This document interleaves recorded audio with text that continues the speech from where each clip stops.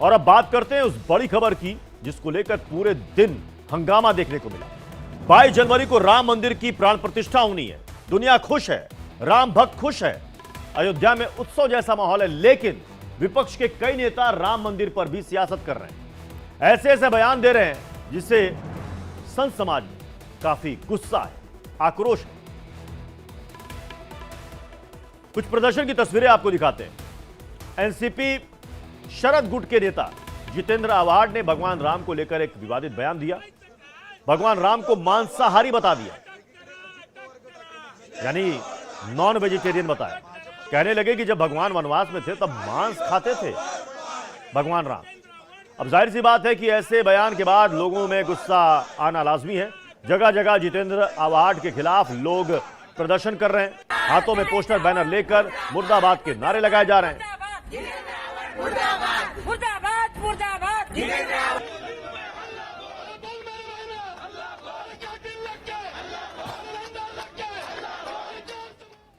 अब पूरा मामला क्या है आपको समझाते हैं कि आखिर हुआ क्या था। पहले बीजेपी के विधायक राम कदम ने महाराष्ट्र सरकार से अपील की थी कि 22 जनवरी को अयोध्या में प्राण प्रतिष्ठा समारोह के दिन शराब और मांसाहार पर एक दिन का बैन लगाया जाए, यानी एक दिन ड्राई डे घोषित कर दिया जाए। इसके बाद शिरडी में एनसीपी शरद गुट के कार्यकर्ता सम्मेलन के दौरान जितेंद्र आव्हाड का बयान सामने आया। उन्होंने अपने एक बयान में भगवान राम को मांसाहारी बता दिया। कहा कि राम हमारे हैं, भगवान राम शिकार करके खाते थे। राम को आदर्श बताकर लोगों पर शाकाहारी खाना थोपा जा रहा है। विवाद बढ़ने के बाद आव्हाड ने माफी मांग ली।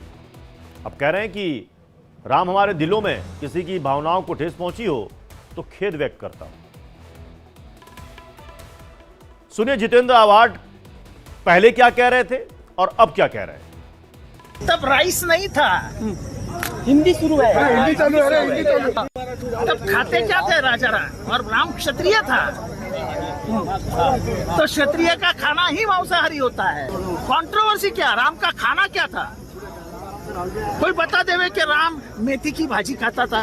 इस देश के 80% लोग आज भी मांसाहारी है, वो राम भक्ति है ना। आज के बाद 22 तारीख तक लॉजिक पे बात होनी ही नहीं है, भावनाओं पे ही बात होनी है। इसलिए तो मैं खेद व्यक्त करता हूँ।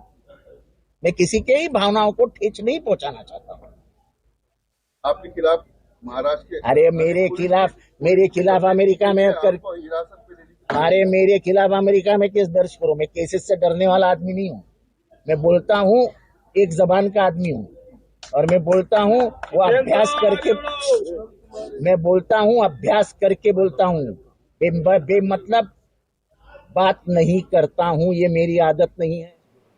अब जितेंद्र आव्हाड ने भगवान राम पर विवादित टिप्पणी की, तब की एक तस्वीर भी आपको हम दिखाते हैं। उधर एनसीपी नेता बयान दे रहे थे, उस दौरान एनसीपी अध्यक्ष शरद पवार भी मौजूद थे। बड़े मंच पर उन्होंने ऐसा विवादित बयान दिया जिसको लेकर बीजेपी अब एनसीपी शरद पवार गुट को घेर रही है। यहां तक कि मुंबई के घाटकोपर पुलिस स्टेशन में शिकायत भी दर्ज करा दी गई है। सुनिए बीजेपी के नेताओं ने क्या कहा है। एनसीपी को सद्बुद्धि नहीं आया है, भय आया है। इसलिए शरद पवार जी को सनातन से भय के कारण इन्होंने उससे माफी मंगवाया, लेकिन गाली दे करके कोई माफी मांगे ये माफ करने योग्य नहीं। सब बकवास की बातें। वो मांस खाते थे कि फल खाते थे, इसका क्या मतलब है? इंडी गठबंधन के तमाम नेता हिंदू देवी देवताओं को अपमानित करना, जलील करना, उनका मजाक उड़ाना, उनके बारे में हल्के शब्दों का प्रयोग करना, ये उनकी रणनीति का हिस्सा है। कौन सा रामायण का अध्ययन उन्होंने किया है? क्या त्रेता में स्वयं गए थे देखने? करोड़ों करोड़ों राम भक्तों की भावनाओं को आहत करने का दुष्कृत्य, ये सोची समझी, चाहे वो शरद पवार गुट हो या कांग्रेस दल हो, इनकी साजिश है। लेकिन मैं आपको बताऊं, जब से राम मंदिर के प्राण प्रतिष्ठा की तारीख तय हुई है तब से लगातार विपक्ष के कई नेताओं के तमाम बयान सामने आ चुके हैं जो सनातन के खिलाफ बताए जा रहे हैं। सबसे पहला नाम है एआईएमआईएम चीफ असदुद्दीन ओवैसी का, जिन्होंने कहा कि मुसलमानों के खिलाफ साजिश की जा रही है। कर्नाटक के कांग्रेस नेता होलार केरे ने कहा कि हम राम मंदिर में पूजा करने नहीं जाएंगे, क्योंकि सिद्धारमैया स्वयं राम है। बिहार के डिप्टी सीएम तेजस्वी यादव ने कहा कि भूख लगने पर मंदिर जाओगे तो उल्टा वहां दान मांग लेंगे। सुनिए बिहार के डिप्टी सीएम तेजस्वी यादव का क्या कुछ कहना है। आप लोगों को क्या दिया जा रहा है? बीमार पड़ोगे, अस्पताल जाओगे कि मंदिर जाओगे? पेड़वा कट जाएगा तो मंदिर पट्टी दिखाई में जाएगा।